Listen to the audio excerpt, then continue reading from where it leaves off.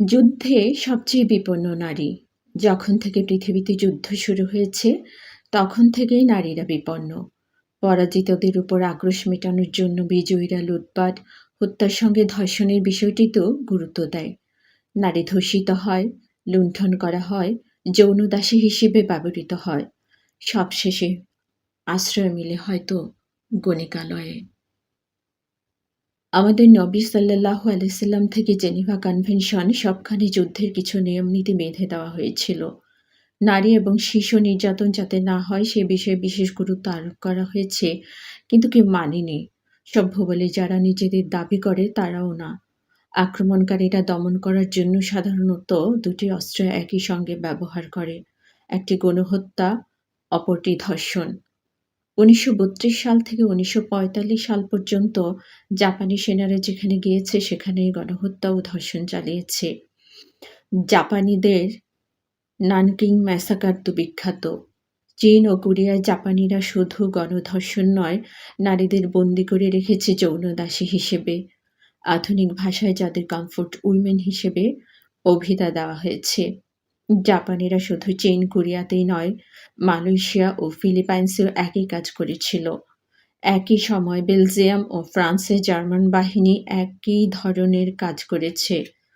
১৯৭১ সালের আরও পরে বসনিয়ায় সার্বীয় বাহিনী, রুয়ান্ডায় টুটসিদের উপর হুতুদের হত্যা ও ধর্ষণের কথা সুবিদিত। অন্তিমে কোনো জাতিকেই দমন করা যায়নি, কিন্তু অজস্র নারীর জীবনে নেমে এসেছে হাহাকার। ১৯৭১ সালে হানাদার পাকিস্তানি বাহিনী বাঙালি মহিলাদের সঙ্গে একই ব্যবহার করেছিল। গণহারে বাঙালি নারীদের ধর্ষণ করা হয়েছিল। এ নিয়ে অনেক তত্ত্বকথা আওড়ানো যেতে পারে, তাত্ত্বিক কাঠামো নির্মাণ করা যেতে পারে, কিন্তু সব কথার মূল কথা, বাঙালিদের দমনের জন্য হানাদার পাকিস্তানি বাহিনী ও তার সহযোগী রাজাকার শান্তি কমিটির সদস্য আল বদর আল শামস, অধিকাংশ জামায়াতে ইসলামী ও মুসলিম লীগের সদস্য এবং অবাঙালি দুটি অস্ত্র ব্যবহার করেছে: হত্যা, গণহত্যা ও ধর্ষণ। তবে ব্যক্তিগতভাবে আমার মনে হয় এবং অনেক গবেষকও মনে করেন, ধর্ষণে পাকিস্তানিদের সমকক্ষ কেউ নয়। ৭১ দেশের নারীদের উপর যৌন নির্যাতনের ব্যাপকতা একক যুদ্ধ ও সময়ের হিসাবে পৃথিবীতেও সংঘটিত সকল যৌন নির্যাতনের শীর্ষে। পাকিস্তানিরা যে বাঙালিদের দমন করার জন্য পূর্ব পরিকল্পিতভাবে গণহত্যা ও ধর্ষণ ব্যবহার করেছিল, তা তাদের বিভিন্ন অসতর্ক মন্তব্য ও নথিপত্র পর্যালোচনা করলে বোঝা যায়। কোনো পাকিস্তানি জেনারেল বা নীতি নির্ধারক বিষয়টি সরাসরি স্বীকার করেননি। তাতে কিছু আসে যায় না, বরং তারা যে মিথ্যাবাদী সেটি প্রমাণিত হয়। তবে বিভিন্ন জনের সাক্ষাৎকার বিশ্লেষণ করলে বিষয়টি স্পষ্ট হয়ে ওঠে। এখানে ধর্ষণের বিষয়টি পর্যালোচনা করা যাক। ২৫ মার্চ রাতে অপারেশন সার্চলাইট কার্যকর করেন মেজর জেনারেল খাদিম হোসাইন রাজা। অপারেশন সার্চলাইট পরিকল্পনা করেছিলেন তিনি ও রাও ফরমান আলী। সম্প্রতি ১৯৭১ সাল নিয়ে লেখা খাদিমের আত্মস্মৃতি প্রকাশিত হয়েছে। সেখানে তিনি দুটি ঘটনার উল্লেখ করেছেন। ১০ এপ্রিল একটি সভায় জেনারেল নিয়াজি উপস্থিত। সেখানে তিনি অকথ্য ভাষায় বাঙালিদের গালিগালাজ করতে লাগলেন এবং এক পর্যায়ে উর্দুতে বললেন, "मैं इस हरामजादी कौम की नस्ल बदल दूंगा, ये मुझे क्या समझती है?" তারা আমাকে চেনে না, আমি এই হারামজাদা জাতির চেহারা বদলে দেব। পরের দিন খাদিম ঢাকা ছেড়ে যাবেন, নিয়াজিকে ব্রিফ করবেন।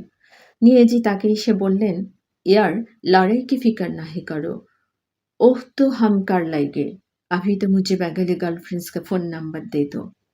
দোস্ত, যুদ্ধ নিয়ে মাথা ঘামিও না, এখন বরং তোমার বাঙালি বান্ধবীদের ফোন নাম্বারগুলি আমাকে দাও।"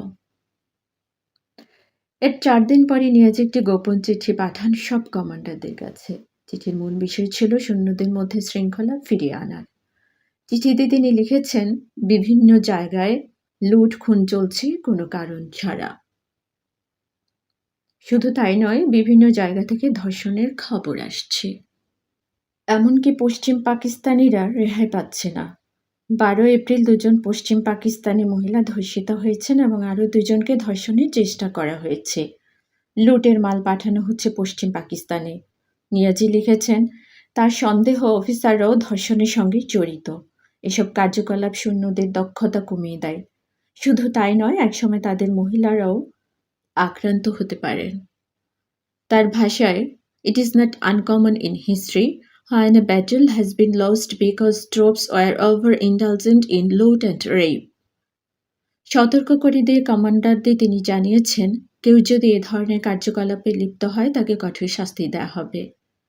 নিয়াজের চিঠি বিভ্রান্তি সৃষ্টি করতে পারে এর পরিপ্রেক্ষিতে যে যিনি নিজেই ধর্ষণে আগ্রহী তিনি আবার এই চিঠি লিখছেন কিভাবে? কারণ একটি, লুট ও ধর্ষণ এমন পর্যায়ে পৌঁছেছিল যে সৈন্যদের শৃঙ্খলা আর থাকছিল না। সেই জন্য এই চিঠি। কিন্তু তিনি নিজে বাঙালিদের চেহারা বদলে দেবার জন্য বিভিন্নভাবে চেষ্টা করেছেন। গোপন এক প্রতিবেদনে দেখা যায় তিনি লিখেছিলেন আরও হত্যা চালাতে হবে। There must be more killing, more mopping up and more witch hunting. পাকিস্তানের হায়দ্রাবাদ থেকে মেজর আফজল খান সাকিব যশোরে কর্মরত তার বন্ধু সেনা অফিসার ইকরামকে লিখেছিলেন, প্রিয় বন্ধু ইকরাম, আমি এই খবরে অবাক হই যে রশিদ বাঙালি বাহিনীদের পোষ মানিয়েছে। তাদের পরবর্তী প্রজন্মকে অবশ্যই পরিবর্তন করা প্রয়োজন। হয়তো যে কোনো দিন তুমি ফজল বা আমাকে ওখানে খুঁজে পাবে। এই সময়ের মধ্যে তুমি সাবধানে সেখানে কিছু বন্য কুকুরকে পোষ মানাবার পরিকল্পনা করো। তুমি কি অজানা আতঙ্কের সাথে প্রতিদিন তোমার বিছানা, চেয়ার, টেবিল এবং ড্রয়ার পরীক্ষা করো? যদি না করো তাহলে এখন থেকেই তোমার তা করা উচিত। তোমার ভৃত্য ইত্যাদি থেকে সাবধান থেকো যদি তারা ওই এলাকার হয়ে থাকে। খাদ্য গ্রহণের আগে তোমার খাবার বিড়াল ইত্যাদিকে দিয়ে আগে খাইয়ে পরীক্ষা করে নেবে। যখন হোটেল ইত্যাদি পরিদর্শনে যাবে তখন তোমার অবশ্যই সন্দিগ্ধ থাকা উচিত। আমি নিরুৎসাহিত করছি না, স্মরণ করিয়ে দিচ্ছি মাত্র। তোমার প্রিয় সাকিব। 1971 সালে যারা নীতি নির্ধারণের সঙ্গে জড়িত ছিলেন সেরকম অনেক পাকিস্তানির সাথে আলাপ করেছি। এর বাইরে সাংবাদিক, বামপন্থী রাজনীতিবিদদের সঙ্গে আলাপ হয়েছে। এদের মধ্যে একজন হলেন এম.এ. নকভী। তিনি ছিলেন পাকিস্তানের প্রখ্যাত কলামিস্ট। তাকে এই বিষয়ে প্রশ্ন করলে নকভী অকম্পিত স্বরে বললেন, পাকিস্তানি বাহিনী ছিল বিশৃঙ্খল লুটেরা বাহিনী। এরা লুট করেছে, ধর্ষণ থেকে শুরু করে সব রকমের অপরাধ করেছে। এই সেনাবাহিনী কত বোধহীন ছিল তার প্রমাণ জেনারেল টিক্কা খানের ঢাকা থেকে ফেরার পর সাংবাদিকরা যখন লুট, হত্যা নিয়ে তাকে প্রশ্ন করেছিলেন তখন তিনি বলেছিলেন ধর্ষণের সংখ্যাটি অতিরঞ্জিত। মাত্র ৩,০০০। মাত্র ৩,০০০ মহিলা ধর্ষিত হয়েছে। ক্রোধে নকভীর গলার স্বর কাঁপছিল। টিক্কা, ইয়াহিয়া, নিয়াজি, ভুট্টো সবাই এর সঙ্গে যুক্ত। তিনি আরও বলেছিলেন, নিজ দেশের সৈন্য যদি নিজ দেশে একজন নারীকেও ধর্ষণ করে তাহলেও সেটি জঘন্য এক অপরাধ। পাকিস্তানি নীতির কথা বলেছিলেন বিখ্যাত ভারতীয় ঔপন্যাসিক মূলক রাজ আনন্দ। 1972 সালে তিনি যা বলেছিলেন তার মূল কথা হলো, নতুন একটি জাতি সৃষ্টির জন্য পশ্চিম পাকিস্তানিরা এই নীতি গ্রহণ করেছিল।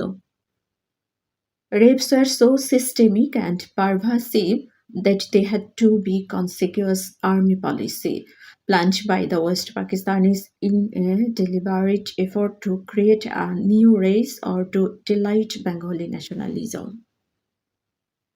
যুদ্ধোত্তর পুনর্বাসনের সঙ্গে যুক্ত ছিলেন ডাক্তার ডেভিস, যার কথা পরে বিস্তারিতভাবে উল্লেখ করেছি। এক সাক্ষাৎকারে তিনি জানিয়েছিলেন, প্রশ্ন, তারা নারী ধর্ষণের ব্যাপারটা কিভাবে জায়েজ করার চেষ্টা করেছে? জেফ্রি, ওরে বাপস, তাদের উপর টিক্কা খানের এক প্রকার আদেশ বা নির্দেশই ছিল যে একজন সাচ্চা মুসলমান তার বাবা ছাড়া আর সবার সঙ্গেই লড়াই করবে। কাজেই তাদের যা করতে হবে তা হলো যতটা পারা যায় বেশি সংখ্যক বাঙালি নারীকে গর্ভবতী করা। এটাই ছিল তাদের কাজের পেছনের তত্ত্ব। আমরা যেসব কেস স্টাডিগুলি বর্ণনা করেছি তাতে এই বিষয়টা আরও স্পষ্ট হয়। দেখা যাবে ধর্ষণগুলির একটা প্যাটার্ন আছে। তবে যে বিষয়টি স্পষ্ট তা হলো পাকিস্তানের দমন নীতির একটি হাতিয়ার ছিল এক ধর্ষণ, দুই ধর্ষণের মাধ্যমে নতুন জাতির সৃষ্টি, যাতে বাঙালি জাতীয়তাবাদ আর মাথাচাড়া দিয়ে না ওঠে। 3 কলোনির অধস্থন মানুষ হিসেবে যেন তেন ব্যবহার, যেন মানুষ মানুষ নয়, সামগ্রী মাত্র। 4 জৈব আকাঙ্ক্ষা মেটানোর রাস্তা এবং একরকম প্রতিশোধ স্পৃহা, যা প্রথম ও দ্বিতীয়টির সম্পূরক।